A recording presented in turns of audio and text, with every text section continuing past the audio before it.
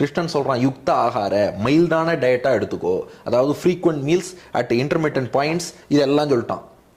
யுக்த விஹாரஸ்ய, அது போல் physical activity, விளையாட்டுனாலும் மிதமாக விளையாடணும். ஒரேடியாக ஸ்ட்ரெயின் பண்ணிட்டு ஓவர் எக்ஸர்ஷனும் போகக்கூடாது, ஒரே ஃபிசிக்கலி இன்ஆக்டிவாகவும் இருந்துடக்கூடாது, செடன்ட்ரியாகவும் இருக்கக்கூடாது. அப்போ ஒரு normal physical activity, moderate physical ஆக்டிவிட்டியாக வச்சுக்கோ. யுக்த சேஷ்டசிய கர்மசு, அதுபோல் ஒரு அஃபிஷியல் ஒர்க் பண்ணுறோம், ஒரு ஜாப் ப்ரொஃபஷனில் இருக்கோம்னா அதுக்கும் கரெக்டாக மாடரேட்டான ஒர்க்காக இருக்கணுமா. ஏன்னா ஒர்க்கே பண்ணாமையும் இருந்துடக்கூடாது, அதுக்காக ஓவர் ஒர்க்கு, ஓவர் டைம் பார்க்குறேன்னு சொல்லி டென்ஷன் ஆகி அதுலேயும் டென்ஷன் ஆகிக்கக்கூடாது. ஜாபையும் கரெக்டான லெவலில் பாரு.